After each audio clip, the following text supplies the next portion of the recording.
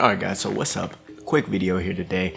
This is the first video on the channel of BJJ for MMA, and I wanted to talk about a fight that happened in one championship where Marcus BUCHECHA ALMEIDA, possibly the greatest BJJ fighter of all time, the most accomplished for sure, especially in IBJJF, over 14 world championship titles, competing in the absolute and his own division, winning both multiple years in a row. BUCHECHA fought in MMA, and this is not the first time he's fought. Marcus is now 3-1 as a pro in one championship. He was 3-0 before this weekend, where he received his first loss to Oumar, Khan, or Kane as some would pronounce it, and BUCHECHA was favored to win by many people, of course, because he's the greatest jiu-jitsu athlete of all time, right? However, there's very distinct differences between grappling for MMA and grappling for jiu-jitsu, and some of those differences can easily be overlooked if one person has success at both, right? So Marcus BUCHECHA ALMEIDA started off 3-0, submitting all his opponents in the first round,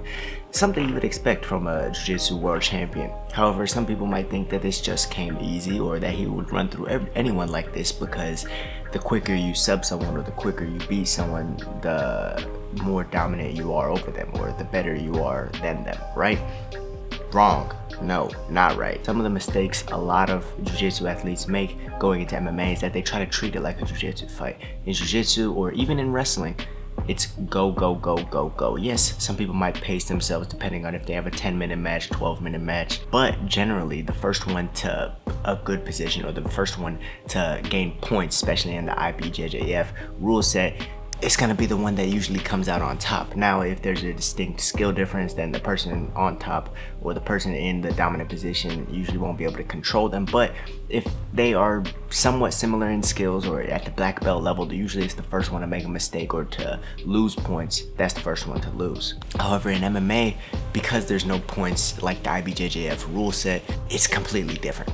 Someone can stall out till the end of the round, then within the next 2 minutes be stood back up on the feet, ready to go and strike. Now you just lost all your positioning, you lost all your advantages, you lost everything that you worked so hard to get with all the wrestling you were doing. Now the reason I'm bringing this up is because that means jiu-jitsu and also wrestling oftentimes is a sprint, where MMA or a fight sometimes needs to be a marathon. Sometimes you're not going against someone that you could just sprint against, or you're going against another guy who's used to sprinting like a wrestler. And so you tend to see this thing where jiu-jitsu athletes, they sprint, they get a very dominant position. Even in the first round, they might get someone's back, they might body lock them, but then the round ends and then they're starting to feel those things of fatigue, especially when they're young in their mixed martial arts career. They start to feel that blood rush to their legs, and usually when they're used to feeling that feeling, they already have the back, and now they just have to sub them or maybe stall out because they already have the points. But in MMA, they're now stood back up. Now they have to do all the wrestling to get them back down and to do all the work all over again, like we just mentioned.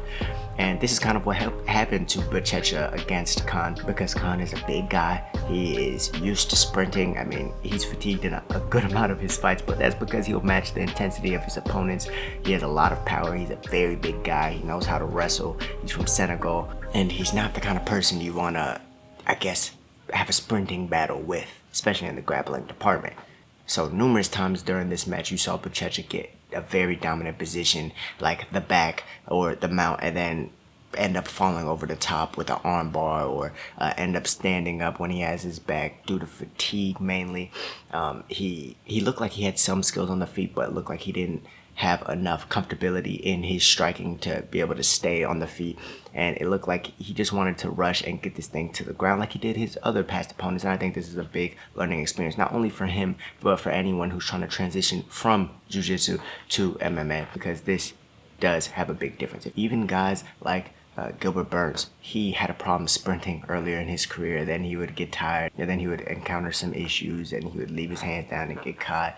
But nowadays, he knows how to pace himself way better because he's more experienced in the mixed martial arts realm. Rodolfo Vieira, he just sprinted not too long ago and ended up getting submitted by a guy who's not as good or well-renowned in jiu-jitsu as he, but because he ended up sprinting and releasing all of his gas tank in the first round, he couldn't survive the next 2 rounds when the opponent got stood up back to his feet. So if you're looking to go from BJJ to MMA, these are some of the key points that you kind of have to figure out and talk to your coach about and see how you want to approach them.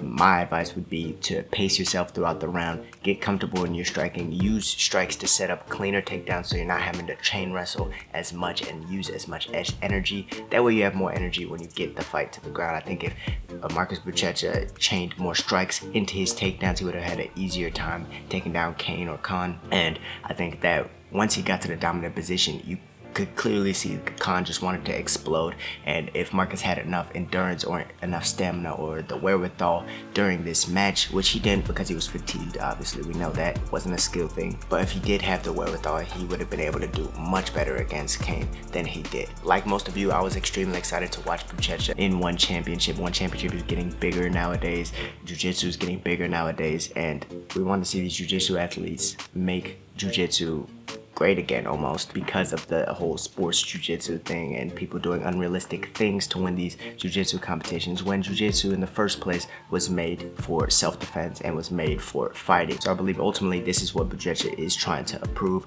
Of course, there's some adjustments that he needs to make, and I think he will look back on this fight and that these are the things he will kind of learn from it. So thank you guys for watching this video. If you enjoyed this video, please give this video a thumbs up. Don't forget to check out my original YouTube channel, Wade MMA, where I give you the best MMA breakdowns and predictions, fight analysis, pre and post fight breakdowns, fight reactions, and much more having to do with MMA.